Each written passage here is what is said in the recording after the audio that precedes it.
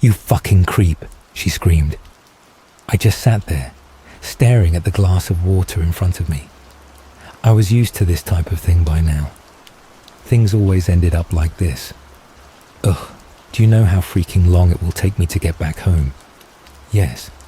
Not even going to say anything?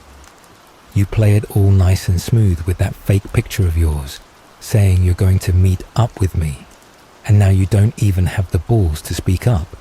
You pathetic loser. She even grinned for a moment as she threw the insult at me. Another customer of the small diner got up. He was an older man. His attire screamed blue collar. Now, young lady, what's going on here?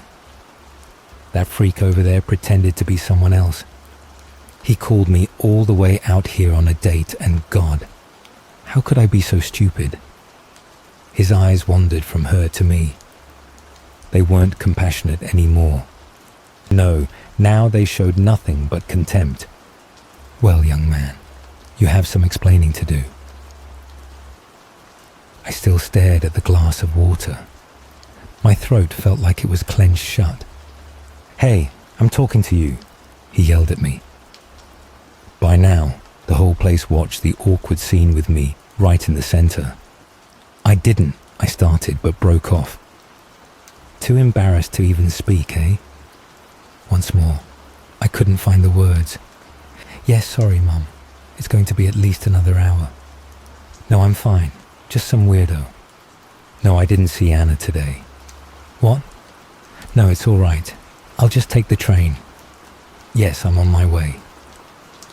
I listened to each of her words and smiled. At least an hour. Good, I thought.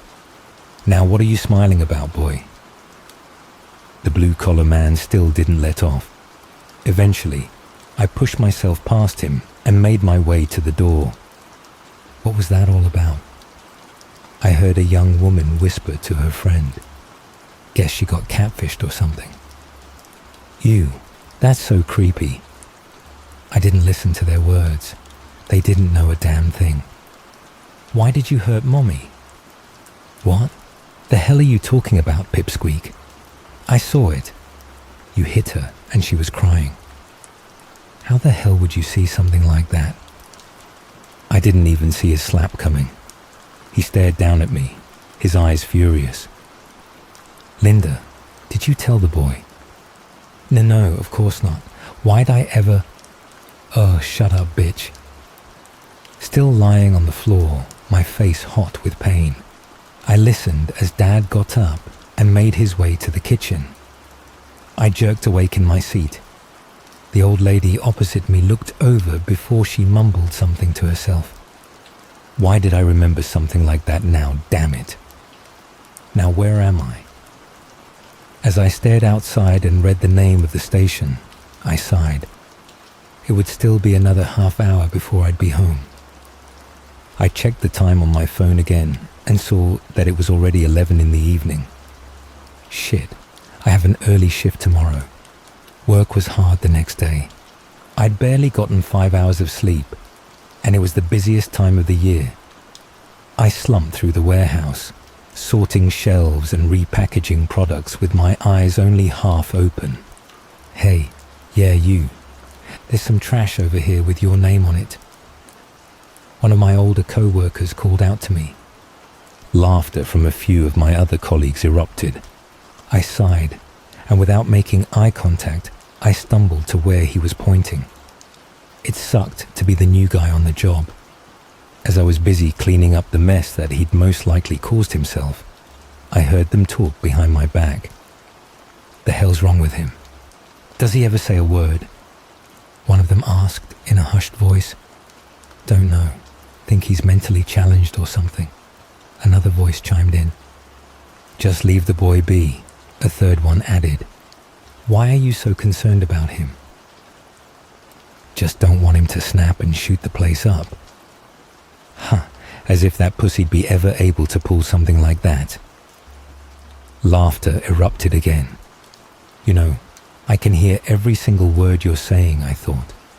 Shit, who am I kidding? I bet they know too. After 6 more hours, my shift ended. The bus ride from work took me about half an hour. Day after day, I spent it glued to the screen of my phone. I opened up the first of the many dating apps I'd installed. I swiped through the countless girls one by one, staring at their pictures. Long hair, short hair, happy smile, confident smile, group of girls. On and on it went. It took me about 5 minutes to find one. She was pretty, with long blonde hair and a shy, somewhat playful smile. In a moment, I opened the chat window and threw her one of the many one-liners I now knew by heart. I was already home when she replied. The new picture I'd chosen worked wonders. For half an hour, we were joined in mindless chit-chat before I finally asked her if she had plans for the evening. She was reluctant to answer. It was always the same. I sent her a few more of my rehearsed lines, boosting her confidence, soft soaping her and pushing more lies down her throat. She was an easy one. It took me only a few minutes to get her to agree to the date. I fell back onto my bed as relief flooded my face. I checked the phone once more. It was still a few hours before I had to go. Guess I'll set the alarm and take a nap, I thought myself. Wasn't like I had to dress up or prepare for the date. Mom was crying in the other room while Dad's fist came down on my face once more. Again and again he hit me until he stopped after half a dozen blows, panting. "That should teach you not to spout those damned lies anymore," he screamed at me. But I saw it again. I mumbled in a low voice, "What was that, you little shit?" I curled up into a ball and said nothing. Thought so. Mom was still crying. I woke up. Why were my dreams always about him? God damn it. On my way to the bus, I thought about Dad. Dad hadn't always been an asshole. When I was a little kid, he'd been the best. Then he started drinking. When I found out he was beating Mom, I became a target as well. For years, the abuse went on until I learned to be smart enough to keep quiet. No, talking about it wouldn't have helped anyone. When I became a teenager, and after Mom's death, Dad and I became close again. It was more by necessity than anything else. Age hadn't been kind to him. Neither had the booze. In the old pictures, he was quite good looking, hell, even handsome. Now, pushing 40, he looked much older. His head was pale, his skin was pudgy and grey, and his stomach had developed into a bulging beer belly. Whatever he wore, it always seemed to tear at the fabric of his clothes, trying to free itself. "See that one over there? Now that's my type of woman, all right," he said to me, pointing at someone. I stared at the young blonde ahead of us, carrying 2 grocery bags. Small frame, a bit too timid and awkward. As I watched her, I saw the bruises on her arms and her legs, and noticed that she had a slight limp. Just like Mom, I thought, always ending up in an abusive relationship, always another drunk bastard beating her. "Well, hello there, young lady. Need any help with those bags?" Dad asked as he approached her and reached out a slimy hand. The woman stared at him, and I saw her face contort in a mixture of surprise and disgust. "No, I'm fine," she mumbled in a low voice. "Now come on, don't be like that, babe. Why don't you just let me help you with those, Without waiting for an answer, he tried to take one of the bags from her. As he did, I saw him put his slimy hand on her back. "It's all right. Now, modesty won't do you any good," he continued, and I saw his hand move downward. "Dad," I called out to him, putting my hand on his shoulder. "It's late. Let's go home. I'm starving." In a moment, the lady tore her bag free from him and hurried down the road as far as she could. "Damn it, what the hell are you doing, idiot?" Another slap in the face. "Man, I was so close to getting some, he cursed. He'd always been this way, not wasting any chance, trying to get his way with women. His behavior was rude, lecherous, and at times downright violent. I didn't cry when they buried him in an early grave a few years later. Once I entered the bus, I had another half hour ahead of me. I sent my newest date another message. I didn't like emoticons. Hell, I detested them. Yet I made sure to sprinkle my messages with them. Somehow, people seemed to enjoy them. That day, I'd chosen a small bar. I told her it was a secret tip, but all I cared about was the distance. The moment I arrived, I chose a seat by the window. I always arrived early to keep watch and see if they actually came. Bus after bus arrived, and finally a bouncy, beaming blonde exited. She looked around for a moment before she typed something into her phone. Only a second later, mine vibrated. "I'm here. You already there?" "Yeah, window seat, back row."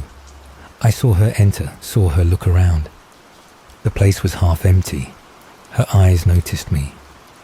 At first, she looked away, but then her eyes focused on me again. "I don't see you." "Yes, you do." I lifted my face and gave her an awkward smile before I looked away again. It wasn't long before I heard the click-clack sound of her heels as she approached me. When I looked up again, the smile on her face had vanished. "Who are you?" "I'm Damien," I mumbled. "What the hell? No, that can't be. Your picture, I mean." She toyed around with her phone, and after a short while she held it to my face. "That's not you, is it?" I said nothing. Instead, I kept my head low. The few other guests were already staring at me. "Hey, say something. Is this a freaking joke?" The rest of the evening played out like the last one. As I stumbled out of the bar, I looked at her picture once more and smiled. In my mind, I saw her sitting on the bus, fuming, hurrying home and falling asleep, still angry about the whole thing. I smiled again.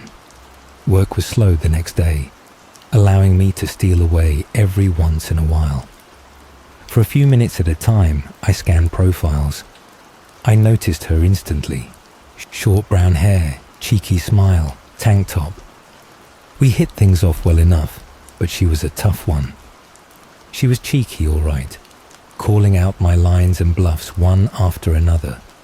Still, the picture I used did the trick, and she agreed to meet up with me. The rest of the shift passed quietly. A few of my co-workers noticed my happy expression, which prompted a few more insults. I couldn't care less. Once I arrived at the small restaurant I'd chosen, I decided on a window seat once, as I always did. The waiter came again and again. By the third time he got pushy, but I ignored him. Instead, I scanned the street, but there was still nothing. I took out my phone and sent her yet another quick message. "Hey, where are you?" "Sorry, Romeo. Went out with a few friends after all." I stared at my phone with a deep frown. Shit, she wasn't coming, was she? I cursed to myself. "Where are you going?" "Timbers. It's great. Why don't you come by later?" I opened Google Maps in an instant. Timbers, a bar in the freaking center of town. "Are you ready to order yet?" the waiter asked again in a strained voice. "Sir." Fuck, I cursed once more. It was going to be one of those nights. "Sir, if you don't plan on ordering anything, then..." Without even looking at him, I got up and left. Once I stood in the open street, I opened the app once more, staring at her picture. I was antsy when I entered the bus again. I couldn't let it end like that. This was not how things were supposed to go. It took the bus almost half an hour before it arrived at the city centre. The entire time I was nervous, shifting in my seat. Every once in a while, I stared at her picture, taking in as much as I could about her. Before the bus had even rumbled to a stop, I was at the door, hitting the stop button. Now where the hell is it? I hurried down the street into the direction Google Maps told me, but there were too many damn clubs and bars around. Then I saw it. The bright neon sign of the small bar named Timbers was only 100 meters ahead of me. I was in a minute later. The bouncer eyed me for a moment before he shrugged. My eyes wandered over the guests. Shit, it was way too damn late already. Would she even still be here? To make things worse, the place was packed. I shuffled through the guests and earned a few angry stares from people, but I went on. Finally, my eyes grew wide. Short brown hair, cheeky smile, and a tank top like the one in the picture. When I saw the guy sitting next to her, his arm around her shoulder, I frowned. I pushed my way back to the bar and ordered myself the cheapest drink they had. Then I made my way back toward them. I watched him as he whispered in her ear. I saw how he rubbed her upper arm and inched in closer. She giggled, yet when he tried to kiss her, she turned away and whispered something in his ear. She was cheeky. The guy, however, grinned, and when I saw that, rage exploded in my mind. That smile, that damn smile, that's when I knew. I stumbled forward, shaky and nervous, yet I didn't take my eyes off the guy. I'd almost reached them when I ran straight into a buff, tall guy. "Hey, watch out where you're going," he yelled at me and pushed me aside. I stumbled forward and crashed right into the guy sitting next to the short-haired girl. My hand collided with his face, and I spilled my drink all over him. Both of them screamed up in surprise. In a moment, the girl retreated to the bench's end to not be drenched with the rest of my drink. I pushed myself up and mumbled an excuse. Before I'd so much as finished it, the guy's fist hit me square in the face. Pain shot through my head, and I could taste blood in my mouth. "The fuck are you doing, you goddamn freak?" Once more, he hit me in the face, then a third time. When I went down, he didn't leave off, kicking me again and again as he screamed obscenities at me. "I'm going to fucking kill you, you piece of shit." I grinned up at him. He tried to kick me one more time, but right at that moment, the bouncer tackled the guy. Another guest was there, kneeling by my side. "Hey, are you all right? You want me to call an ambulance?" I shook my head, and with a tremendous effort, I tried to get up. Then heavy hands heaved me upward, and I found myself face to face with the buff guy from before. "Shit, man. Sorry about that," he said, clearly embarrassed about shoving me. "Didn't know that guy was a freaking psycho," he said, and pointed at the guy taken away by the bouncer. Soon after, the barkeeper approached me, asking if I wanted him to call the police. I nodded. It didn't take them long to arrive, and with the help of the buff guy and the bouncer, we gave them a detailed description of the man. "You need us to take you to a hospital, sir?" one of the officers offered. I shook my head. "No," I mumbled. "I'll be fine." Once they were gone, I thanked first the bouncer and then the buff guy. He grinned at me. "Tell you what, if you'd ruined my date, I might have kicked your ass too. That girl was cute as hell." I gave him a weak smile. "Yeah, guess she was." I looked around for a moment. "She's gone. Booked it the instant that guy went all out on you. Looked mighty scared."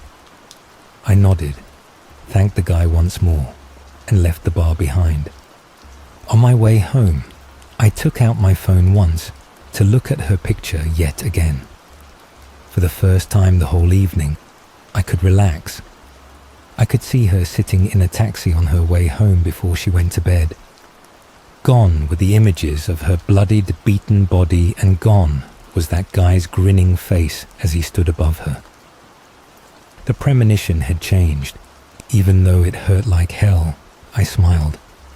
She was saved.